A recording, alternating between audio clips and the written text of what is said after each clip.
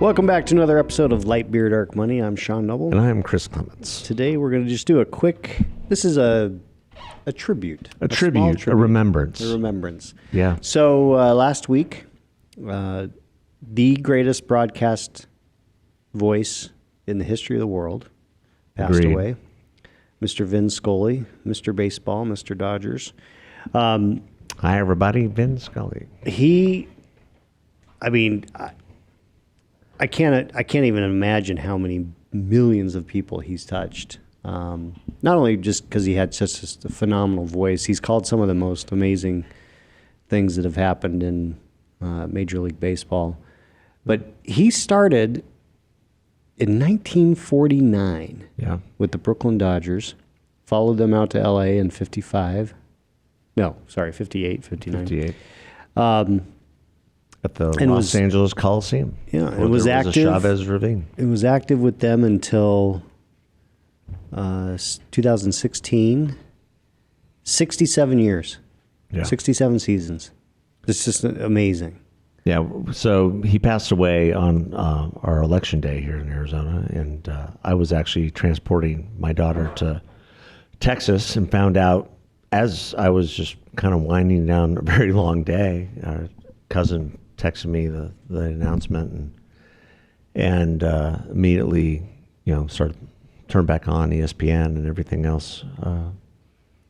And I got up just to get up, and I lost it. Yeah. And I lost it because so much of my childhood and even in my mid-adulthood was wrapped up in Dodger baseball. Right. And I wrote about it on my page on LinkedIn that when I was young, about 7 years old, my dad and I were coming home, I think, from playing golf. He had me at the driving range or whatever. And the Dodgers were playing the New York Yankees for the umpteenth time for me. And we got into the carport. And this would have been the 77 World Series. Yeah, 77 right? World Series. And my mom comes out of the carport and tries to call us into the house. But we are listening to Vin Scully call that game, one of the games. And I remember asking my dad, I don't know how I remember this. Why don't we go inside and watch it? And he turns to me and says, because listening to Vin Scully call a baseball game is better than being there. Yeah. And I want you to know that and understand it. So just listen to him. And I get chills talking about it because I never forgot that. And he was right. He was so right. Yeah. The visualizations that Vin created with his voice and his prose about each and every baseball player and what was happening within the realm of the stadium. And it wasn't just Dodgers, it was everyone. He knew everything about everyone. And Just he would talk astounding. about their history and about their growing up and different anecdotal things that you would never know about a player, and then and strike three. And then he would go and keep going. And it was just magical to listen to him all those years. Yeah. It grew up listening to him. I grew up in Sholo, as longtime listeners of the show know that. And for many years, we didn't even have a TV. So there were, listening to Dodger games on the radio with Vin,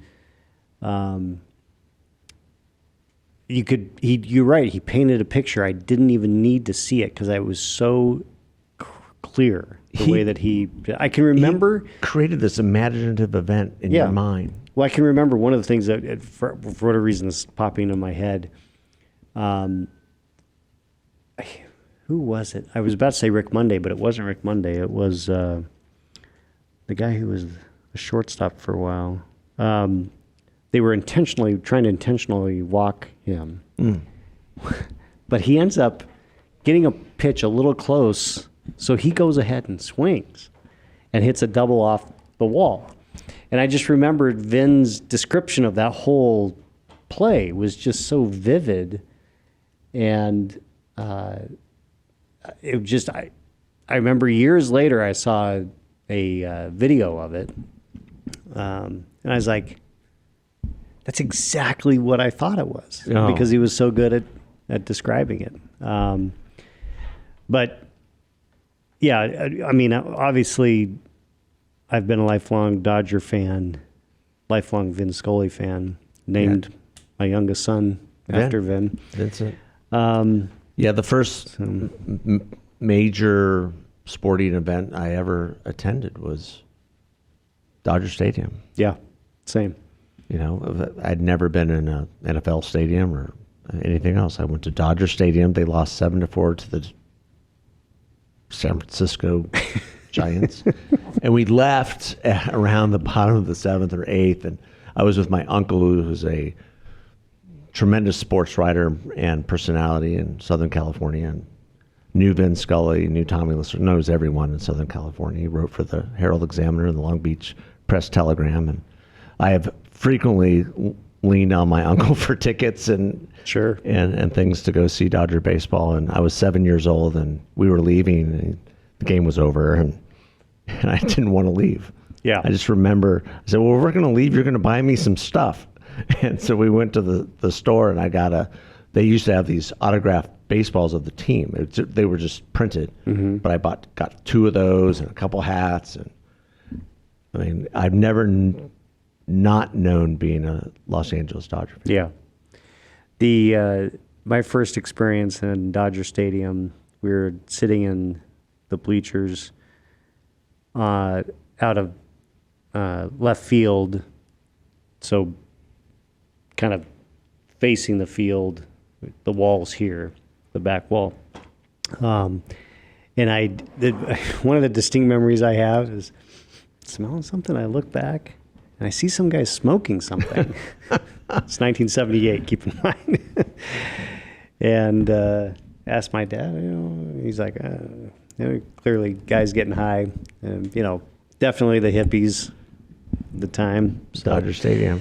What's interesting about me learning about his passing is that, again, I was taking my daughter Grace out to school, and 2 weeks before for my birthday, I had all 3 kids at Dodger Stadium, brainwashing them completely. Good. And Grace had bought me a new, for my birthday, an LA Dodger shirt. I had that on when I heard the news. And it's just one of those things that you just can't make up.